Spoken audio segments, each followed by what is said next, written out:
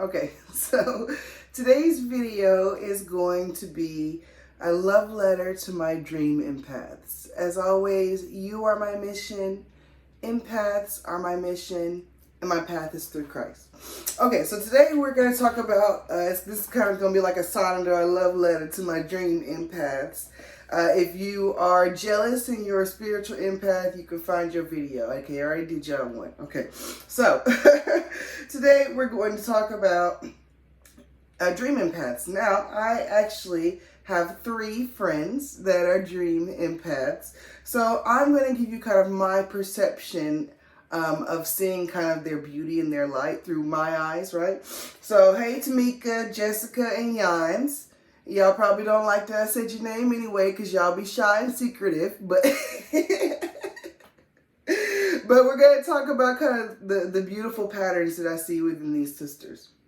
Okay, so part of my gift, or part of the gift of, you know, being a purely kind of emotional empath, but I look at myself as a connector, is that I get to kind of explore what I'm not by seeing other people's specialties, or seeing what they're good at, or seeing how they are different from my gift, and the eccentricities that make me love you more, right? To see like, oh, there are other purposes that, other gifts that God gives people. Okay, so we're going to go through 5 traits, I believe. I'm not good with numbers. 6 traits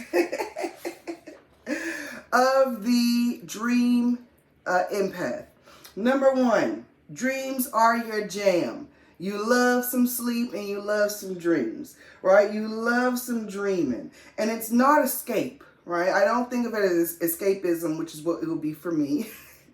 But it's more, and you're not lazy, which I know that is a judgment you give to yourself, and perhaps other people might have said that.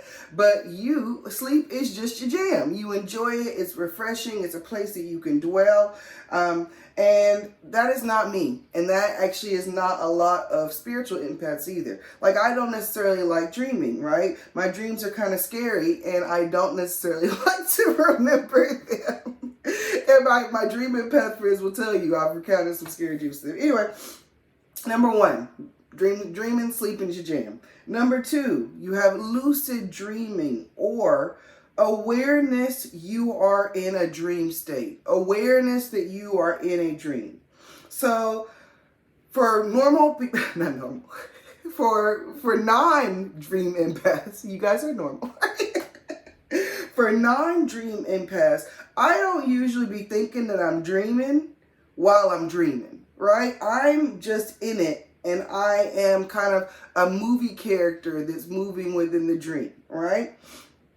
Without awareness of the dream itself, or without awareness, if we're going into kind of like movie terms, the 4th wall. I'm not aware that I'm in a dreaming, but you all might have very lucid and very detail-oriented dreams, right?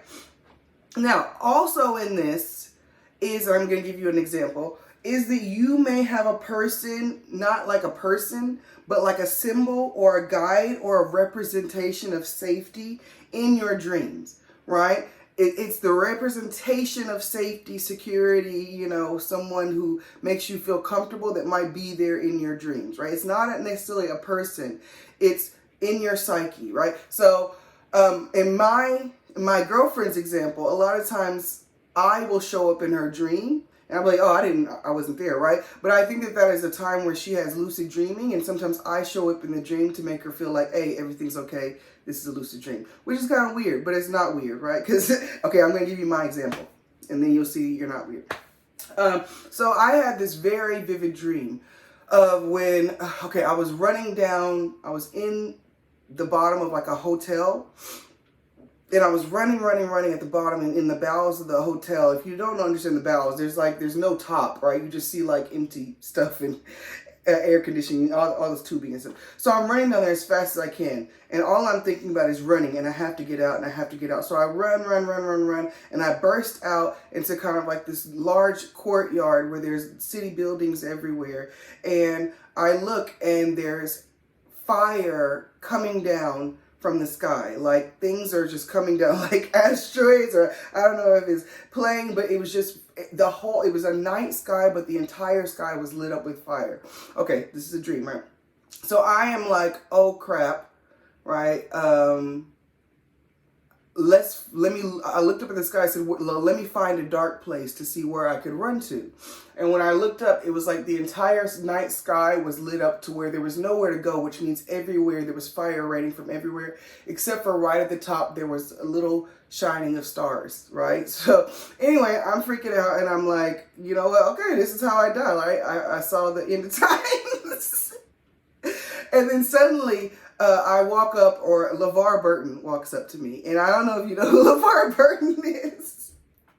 But he is on Star Trek. He's Geordi from Star Trek. He's also on Reading Rainbow, which I'm a little kid. I don't know, who he is, like in real life, what kind of person he is. He seems like a nice guy. But to me, in my psyche, this person is who I feel safe around, right? So LeVar Burton is my safety person, or my nice guy, the person who, okay, if LeVar is here, I am okay, right? He is kind of like my grounder, right? So within a vivid dream, you might have a grounder, right? Or something that, makes you feel safe or secure in that moment, to where you're like, okay, everything's going to be okay. Helps you. Hopefully that'll help. If you don't understand, I don't know. This is not my gift. Okay, so number 3. Outer body experience. Now this can be, okay, so I'm going to explain it by comparison to other people of what it's not, right? Okay, so when you are meditating, right, hey, Sister Yams, the spiritual empath, I've meditated in a room with a spiritual empath on my left and a dream empath on my right. And when this spiritual empath meditates, it's like they go into themselves, they retreat into themselves so far inside that they're no longer there, right? And it's very intuitive to them. They go inside, retreat inside, and they're gone, right? Whereas the dream empath goes outside. It's like their spirit moves naturally outside. So the spiritual empath inside, when you're at a relaxed meditative state, you might feel like you're floating outside. You will feel like you're floating outside. Okay, we got it? So the intuitive for your spirit is to float out instead of in, right? That is your natural intuition. It's how your spirit will naturally flow, which is not really the same as mine, which I think, if I practice more, to be honest, I would probably need to be fully present and be in an energy state where I ride each wave and kind of dissolve myself, right? If I was practicing. Anyway, the point is your spirit is not bound by the rules of physics. It's not bound to your physical form. Now, another trait is sleep paralysis. So, both dream empaths, and I don't want this to deter anyone from spending the night over my house, but both dream empaths that spent the night over my house had sleep paralysis in my home. Now, this don't make sense to me if it was a darkness, because my house is nothing but lights, sisters. So, but it didn't make sense because generally when we're together as empaths, our gifts are magnified. Where the 2 or 3 are gathered in our name, that's when God is also, right, gathered in his name. So anyway, normally when we'd have an empath meeting, the spirit is present and our gifts kind of shine brighter and stronger, right? We're of one mind, one body, laughing and joking. So it didn't make sense for them to have sleep paralysis here for that reason, other than that we're stronger together, and your gift is to not be bound by your physical form. So I know it don't feel like a gift. Believe me, I've had sleep paralysis and it was terrifying, but I saw things during my sleep paralysis. Okay, so we won't recount that one. But okay, I'm going to tell you the story. So my girlfriend came to spend the night over my house. This is Jessica actually came first, and she had sleep paralysis, but we didn't know about it. Then my girlfriend Tamika, who we've been friends for forever, so this has not happened before. She spent the night over my house, and after we, had our fun or whatever, I go upstairs and I'm like, for some reason I wanted to say, call my name if you need anything, but I didn't want to say that because that's weirder than just saying goodnight. So I just said goodnight. Anyway, she told me the next morning when we were counting, she said, I had sleep paralysis, right? while I was downstairs. You know, and she was like, I kind of heard your voice during the sleep paralysis. And I was like, oh, that's interesting. I don't remember any of my dreams, right? So I'm just like interested. But then she starts recounting the story. And, so, you know, one of my gifts is being able to, when you guys tell me a story or a testimony, it can sometimes transport me into your space or seeing the world or, you know, through your perception. So anyway, she's recounting the story and she talks about how she kind of, you know, stood up or looked up, or she could see the full view of the room, right? But now if you're laying down, right, and you can't move your head and your eyes may be open, right, but you still should only be able to see the ceiling and the things around your peripheral. But her peripheral, she was sitting kind of up and scanning the entire room like above, right? So I was like, well, after she told me the story, I thought it was interesting because I was transported, but then I had this question. I said, but Tamika, why could you see around the room, right?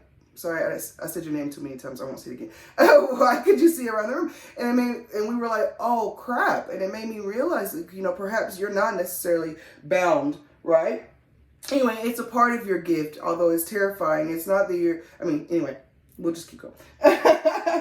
So the point is, though, when you're having these out-of-body experiences, you do this by relaxing. You do this by meditating. You do this in a sleep mode, right? It's by letting go and relaxing and flowing. Just like my gift is, you know, I can't hold on. I gotta let it go, let it flow.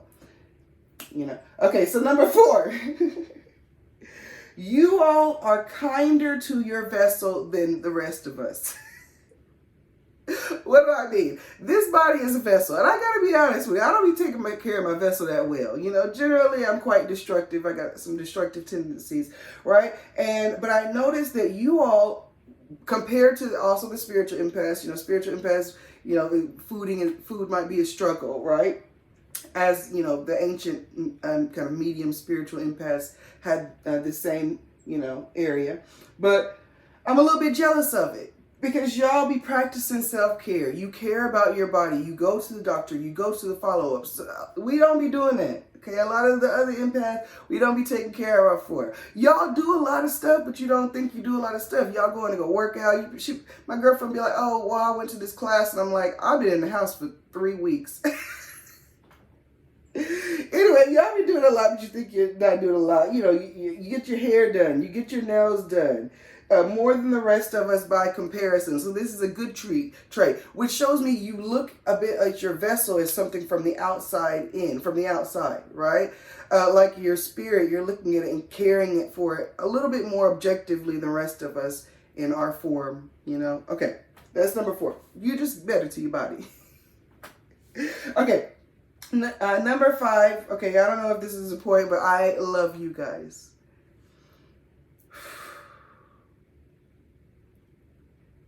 And I want you to see that all of us, as humans, right? Because you're human, all of your emotional weaknesses are your spiritual strengths. Your emotional weaknesses are your spiritual strengths. Now, what do I mean by that? My emotional weakness is depression, right? I suffer from a lot of depression. I suffer from a lot of, you know, weak emotional states where I can, my emotional state depends on the people that are around me, right? As opposed to like being able to sustain my own.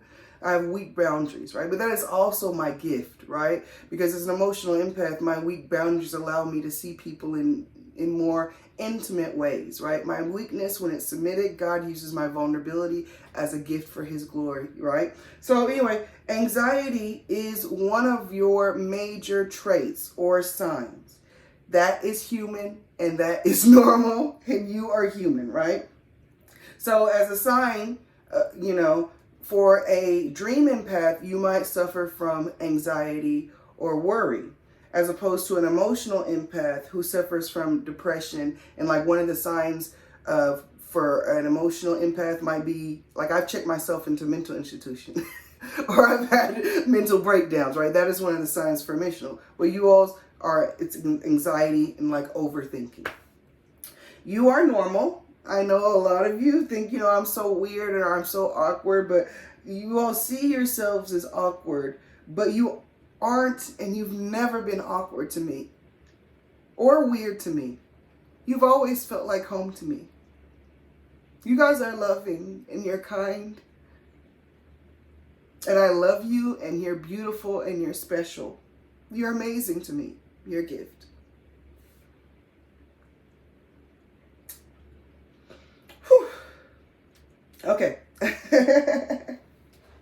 So one of your weaknesses, or, the main weakness might be anxiety or overthinking, right? So in this overthinking, this point, number 6, the world is your playground. Your spirit in this world is a playground. Past, present, whatever. Future, distance means nothing. It is your place to explore. Now, the temptation is to be of your own reality, or to dwell in your own reality, or to dwell in your own thoughts, or to dwell in your own mind, or to dwell in a world of your own creation, instead of, as my girlfriend put it, dwelling in God's dream, what this reality is. That's beautiful. Hey, Nika. I have no idea what you're capable of, right? Myself. I have no idea what I'm capable of. But each of our journey is about losing control, right? If an emotional empath tells me I want to learn how to control my emotions, I would say, me too.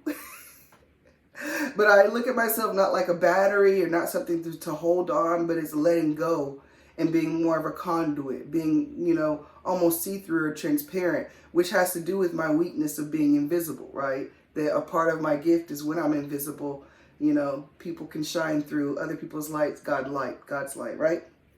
I digress. But so it's about losing control and letting go and being free. All of our gifts. I have hope. I have hope that you will push through this with courage. And it's not about your brain.